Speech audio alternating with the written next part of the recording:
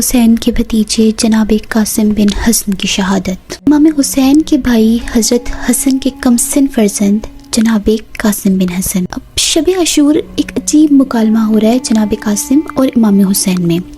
کیا ابھی شب عاشور ہے؟ سب جانتے ہیں کہ کل جنگ کا دن ہے۔ امام حسین نے ایک سوال کیا جناب قاسم سے کہ امام حسین نے قاسم سے پوچھا، بیٹا قاسم موت کو کیسا پاتے ہو؟ قاسم نے کہا، موت شہد سے بھی زیادہ میٹھی ہے۔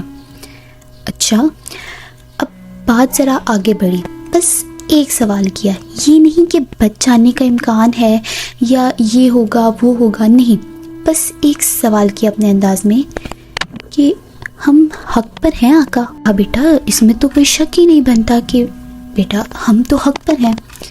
پھر آقا جب ہم حق پر ہیں تو پھر تو کوئی مسئلہ ہی نہیں ہے، اس سے تو پھر کوئی فرق ہی نہیں پڑتا نا کہ موت ہم پر آ پڑے یا کل ہم موت پہ آ پڑے۔ بلکہ اشتیاق ہوا، پوچھا کہ آقا کل شہیدوں میں میرا نام ہے نا؟ امام علی مقام نے ایک دل دہلا دینے والا جواب دیا کہ بیٹا قاسم، کل کے شہیدوں میں تو 6 ماہ کے علی اصغر کا بھی نام ہے۔ اگلا سوال، چچا اس کا مطلب ہے کہ یہ فوج کیا خیموں میں آ جائے گی؟ بہرحال اس طرز کی گفتگو ہوئی شب عاشور۔ شب عاشور، روز عاشور۔ قاسم نے جنگ کی اجازت مانگی اور امام علی مقام نے خود ان کی تیاری کروائی اور بھیج دیا۔ اب جب جنگ میں بھیج رہے تھے نا تو چچا بھتیجا گلے لگ کر بہت روئے۔ اب جناب قاسم میدان میں آ رہے ہیں۔ اب جب میدان میں آ رہے ہیں تو مورخین نے یزیدی فوج میں سے لکھا ہے کہ ایسا لگا جیسے حسینی لشکر کی طرف سے ایک چاند نمودار ہوا ہو۔ ادھر سے ایک ظالم کے حکم پر ایک عجب کام ہوا۔ اس کے حکم پر لشکر نے چاروں طرف سے جناب قاسم پر پتھر برسانا شروع کر دیا۔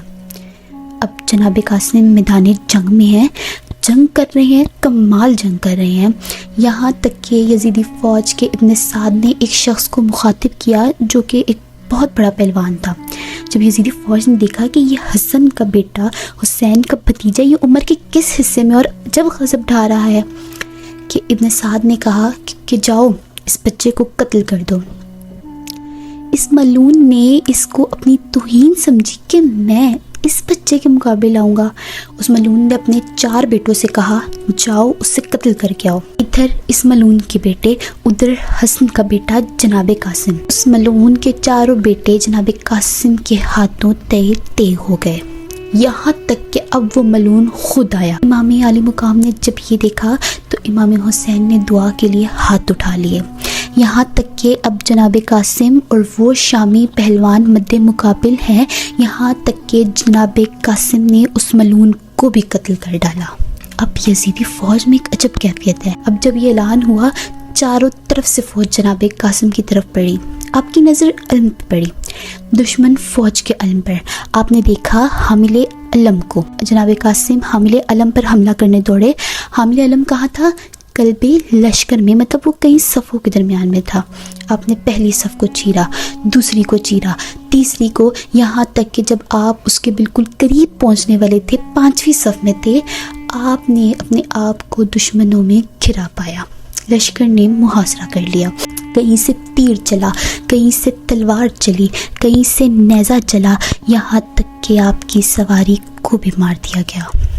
اب آپ سواری کے بغیر ہو گئے ہیں۔ ابھی جنگ جاری تھی کہ اب وہ لمحہ آیا کہ آپ کے جسم مبارک پر وہ نیزہ لگا جو آپ کی پشت سے نکل آیا۔ اب یہ منظر دیکھا، ادھر سے امام دوڑے، آپ نے امام کو پکارا۔ اب امام حسین جب قاسم کے پاس آئے، آپ نے دیکھا کہ ایک لعین جناب قاسم کے پاس موجود ہے۔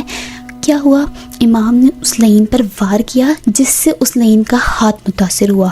اس نے فوج یزیدی کو مدد کے لیے دیکھا تو چاروں طرف سے بے تحاشا گھوڑے دوڑا کر یزیدی فوج اس کی مدد کو آئے۔ بس بائیں جانب کے گھوڑے دائیں جانب دوڑے، دائیں جانب کے گھوڑے بائیں جانب دوڑے، اور جب یہ منظر تھما تو امام علی مقام نے دیکھا کہ ان گھوڑوں کے ٹاپوں سے جناب قاسم کا لاشا پامال ہو گیا ہے۔ بس پھر کسی انداز میں اس پامال لاشے کو امام علی مقام ان ٹکڑوں کو اکٹھا کر کے خیموں میں لے آئے۔